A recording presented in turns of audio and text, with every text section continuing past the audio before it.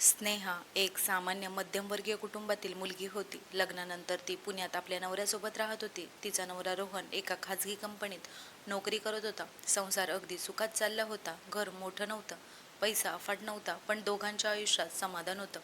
तेव्हा स्वभावाने आनंदी, बोलकी आणि लोकांमध्ये मिसळणारी होती. तिच्या चेहऱ्यावर कायम हसू असायचं. लग्नानंतर सुरुवातीचे काही महिने दोघांनी खूप आनंदात घालवले.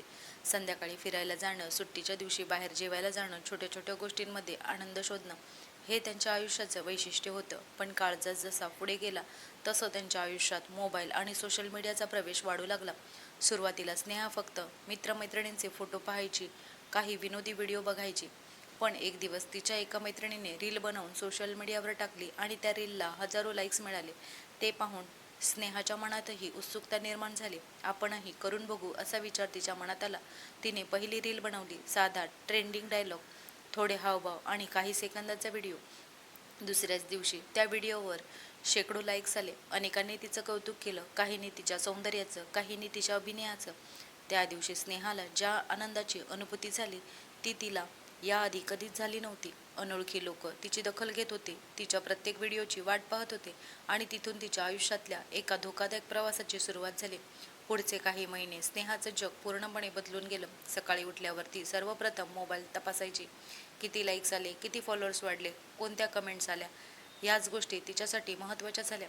घरकाम करतानाही तिच्या डोक्यात पुढच्या रील्सचे विचार चालू असायचे.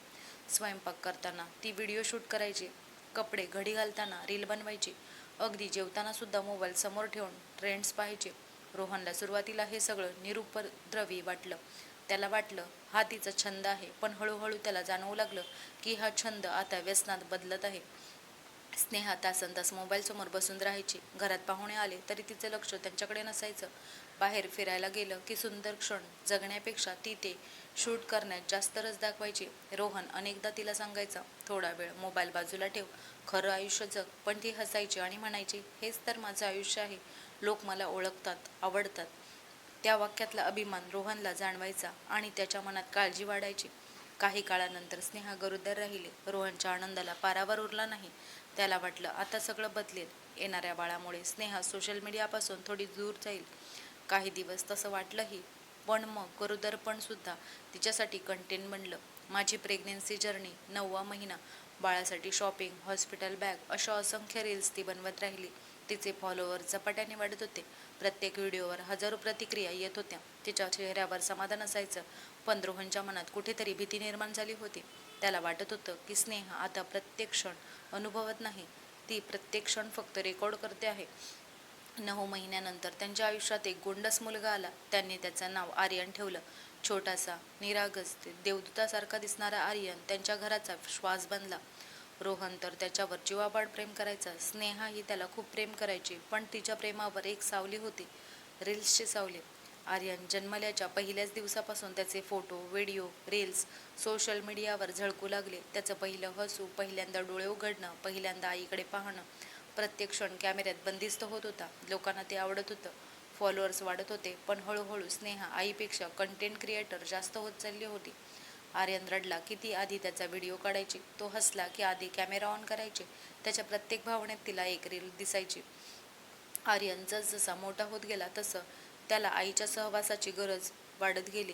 पण स्नेहा सतत मोबाईलमध्ये व्यस्त असायची. तो तिच्या मागे मागे फिरायचा, तिचा पदर पकडायचा, तिच्या मांडीवर बसण्याचा प्रयत्न करायचा. पण अनेकदा ती म्हणायची, थांब बाळा, आधी हे शूट करू दे. त्या निष्पाप मुलाला त्या शब्दांचा अर्थ समजत नव्हता. त्याला फक्त एवढं कळायचं की आई त्याच्याकडे बघत नाही. अनेकदा तो पडायचा, रडायचा, पण स्नेहाचं लक्ष स्क्रीनवर असायचं. रोहनला हे सगळं पाहून वेदना व्हायच्या. रात्री तो तिला समजवायचा, कधी प्रेमाने, कधी रागाने, पण प्रत्येक वेळी स्नेहा त्याच्यावरच चिडायची. तुला माझं यश बघवत नाही, ती म्हणायची, आणि रोहन शांत व्हायचा. एक दिवस असा उगवला जो त्यांच्या आयुष्याला कायमचा बदलून टाकणार होता. पावसाळ्याचे दिवस होते. दुपारी रोहन ऑफिसमध्ये होता. स्नेहा आणि 3 वर्षांचा आर्यन घरी होते. त्या दिवशी सोशल मीडियावर एक नवीन ट्रेंड आला होता. पावसात भावनिक गाण्यावर अभिनय करणाऱ्या रील्स व्हायरल होत होत्या. स्नेहाने ठरवलं की तीही अशी रील बनवणार. तिने मोबाईल, ट्रायपॉड आणि काही कपडे घेतले. घराच्या गच्चीवर ती शूटिंगसाठी गेली. आर्यन हॉलमध्ये खेळत होता. स्नेहाने त्याला सांगितलं, आई लगेच येते. पण ती किती वेळ जाणार आहे हे तिलाच ठाऊक नव्हतं. गच्चीवर पोचल्यावर ती पूर्णपणे शूटिंगमध्ये हरवली. एक टेक, मग दुसरा टेक, मग पुन्हा अँगल बदलून टेक. तिला परफेक्ट व्हिडिओ हवा होता. दरम्यान आर्यन आईला शोधत उठला. घरभर फिरून तो रडू लागला. त्याला आई दिसत नव्हती. गच्चीकडे जाणारा दरवाजा अर्धवट उघडा होता. तो छोट्या पावलांनी जिना चढत वर गेला. पाऊस नुकताच थांबला होता. गच्ची ओलसर होती. स्नेहा मोबाईलच्या स्क्रीनमध्ये स्वतःला पाहण्यात इतकी गुंतली होती की तिला मागून येणाऱ्या मुलाची चाहूलही लागली नाही. आई, आर्यनने हाक मारली, पण त्याचा आवाज गाण्याच्या आवाजात हरवला. तो तिच्याकडे धावत यायचा प्रयत्न करू लागला आणि पुढच्या क्षणी त्याचा पाय घसरला. ओल्या फरशीवर तो जोरात आपटला आणि तिथून बाजूच्या कठड्याजवळ घसरत गेला. एका क्षणासाठी त्याने हात पुढे केला, जणू कोणीतरी त्याला वाचवेल अशी आशा होती. पण स्नेहा वळेपर्यंत सगळं संपलं होतं. एक हृदय पिळवटून टाकणारी किंकाळी हवेत घुमली. आर्यन! स्नेहा धावत गेली. तिचे पाय थरथरत होते. हृदय जोरात धडधडत होतं. तिच्या डोळ्यांसमोर तिचा मुलगा रक्ताच्या थरोळ्यात पडला होता. तिने त्याला उचललं. त्याचं शरीर निश्चल होतं.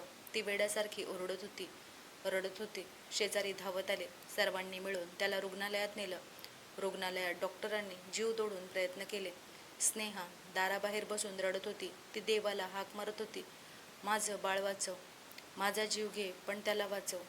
पण काही वेळानंतर डॉक्टर बाहेर आले. त्यांच्या डोळ्यात उत्तर होतं, स्नेहाच्या जगाचा अंत करणारे उत्तर. आम्हाला खूप वाईट वाटतं, पण आम्ही त्याला वाचवू शकलो नाही. त्या क्षणी स्नेहाच्या पायाखालची जमीन सरकली. तिच्या तोंडून एक अशी किंकाळी बाहेर पडली की रुग्णालयातील प्रत्येकाचं हृदय हेलावलं. तिने स्वतःच्या हातांनी मुलाला मिठी मारली. त्याच्या थंड होत चाललेल्या कपाळावर चुंबन घेतलं आणि रडत रडत फक्त एकच वाक्य म्हणत राहिली, बाळा, मला माफ कर. आर्यनच्या मृत्यूची बातमी ऐकल्यानंतर स्नेहाच्या आयुष्यात वेळ जणू थांबून गेला होता. रुग्णालयाच्या त्या पांढऱ्या भिंती, डॉक्टरांचे ओठ, हलताना दिसणारे शब्द, आजूबाजूला उभे असलेले लोक, रोहनच्या डोळ्यातून वाहणारे अश्रू, सगळं काही तिच्या नजरेसमोर होतं. पण तिला काही स्पष्ट दिसत नव्हतं. तिच्या कानात फक्त एकच आवाज घुमत होता, आम्ही त्याला वाचवू शकलो नाही. त्या एका वाक्याने तिच्या आयुष्याचे प्रत्येक स्वप्न, प्रत्येक आशा, प्रत्येक आनंद चिरडून टाकला होता. ती आर्यनच्या छोट्याशा शरीराला मिठी मारून बसली होती. त्याच्या गालावरून हात फिरवत होती. काही तासांपूर्वी ज्याच्या ओठांवर हसू होतं, जो आई म्हणत तिच्या मागे धावत होता, तो आता शांत पडला होता.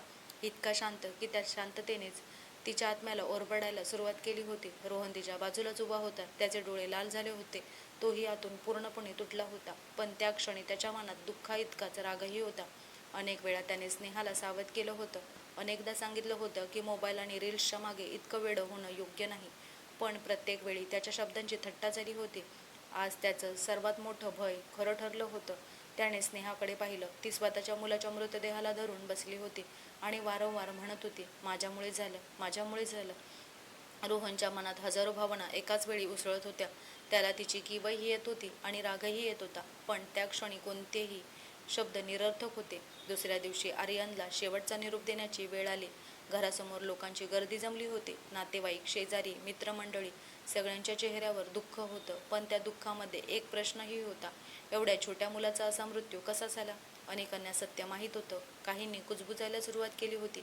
मोबाईलच्या नादात लक्ष दिलं नाही म्हणे. नेहमी व्हिडिओ काढत असायचे. बाळाकडे लक्ष असतं तर असं झालंच नसतं. हे शब्द स्नेहाच्या कानावर पडत होते. प्रत्येक शब्द तिच्या छातीत खंजिरासारखा घुसत होता. कारण ते खोटं नव्हतं. ती स्वतःला कितीही समजावू पाहत होती तरी सत्य बदलत नव्हतं. आर्यनच्या अंत्यसंस्काराचा क्षण आला तेव्हा स्नेहा कोसळली. छोट्याशा पांढऱ्या कापडात गुंडाळलेलं तिचं बाळ तिच्यापासून कायमचं दूर जाणार होतं. तिने त्याला घट्ट मिठी मारली. त्याच्या कपाळावर चुंबन घेतलं. त्याच्या छोट्या हातांना आपल्या हातात धरून ती रडत म्हणाली, एकदा डोळे उघड बाळा, फक्त एकदा. मी तुला कधीच एकटं सोडणार नाही. पण मृत्यू कोणाचं ऐकत नाही.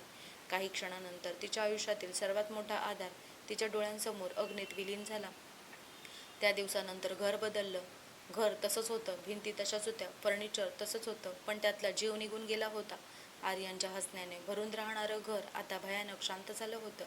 हॉलमध्ये त्याची खेळणी पडली होती. कोपऱ्यात त्याची छोटी कार होती. सोफ्याखाली त्याचा चेंडू अडकला होता. त्याच्या खोलीत त्याचे कपडे नीट घडी करून ठेवलेले होते. स्नेहा दिवसातून कितीतरी वेळा त्या खोलीत जायचे. त्याचे कपडे छातीशी धरून बसायचे. त्याचा उशीचा वास घ्यायचे.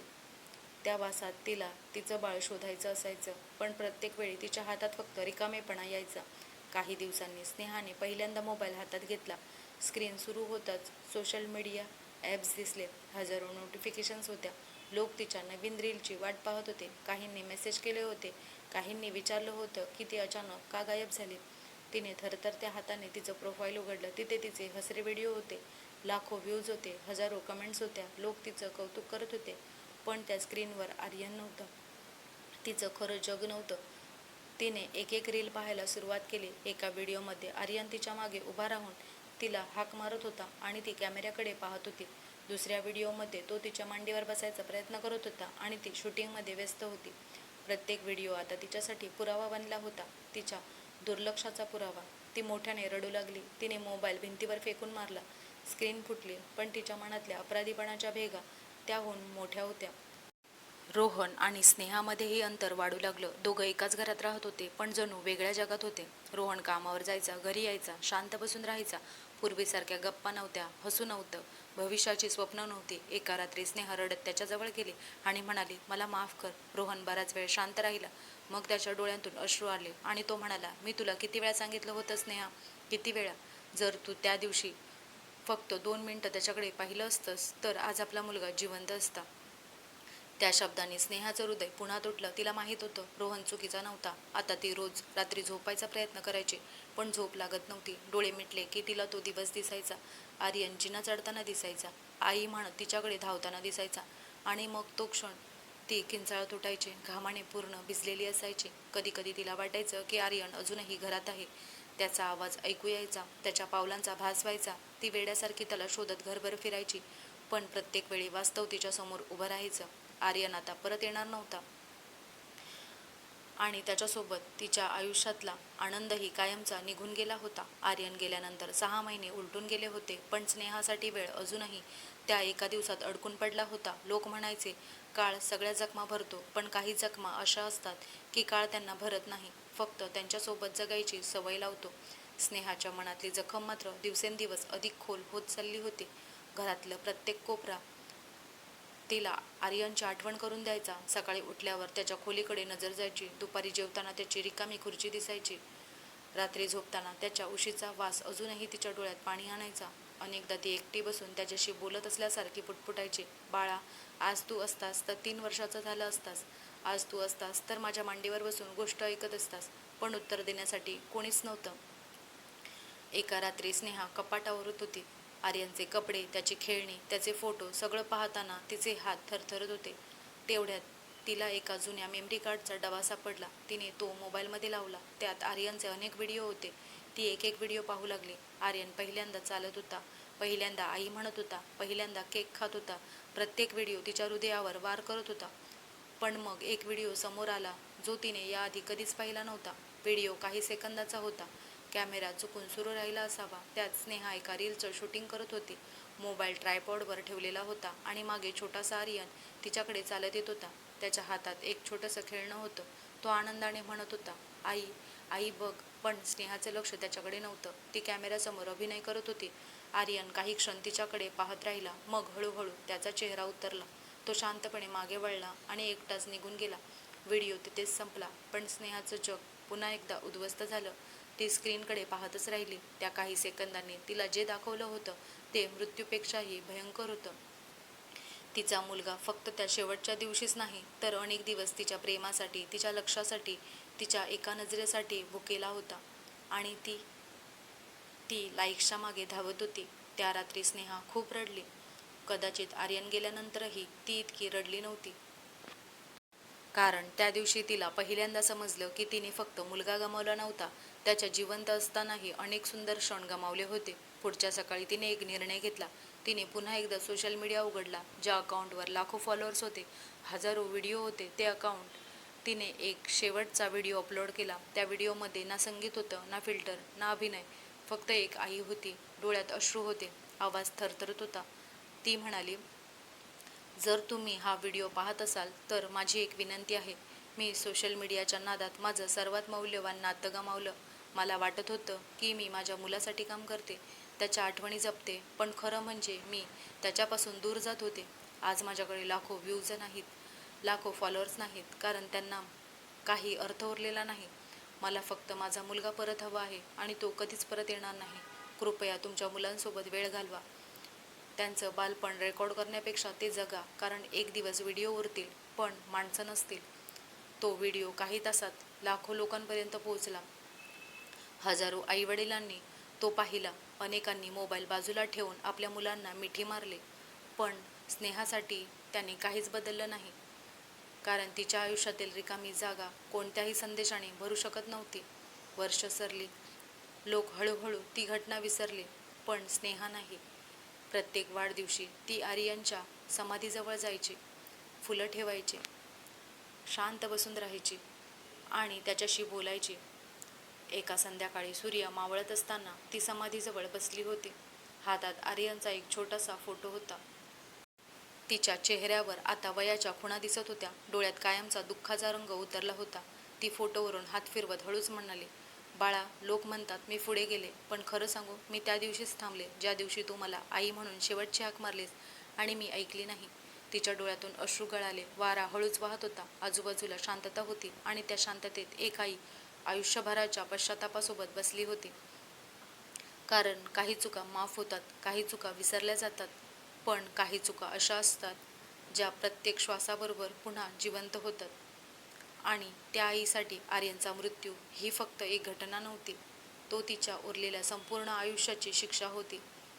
तर मित्र आणि मैत्रिणींनो, तुम्हाला ही आजची कथा कशी वाटली ते कमेंट करून नक्की सांगा. कथा आवडली असेल तर लाईक, कमेंट, शेअर नक्की करा आणि चॅनेलला सबस्क्राईब करायला विसरू नका. धन्यवाद.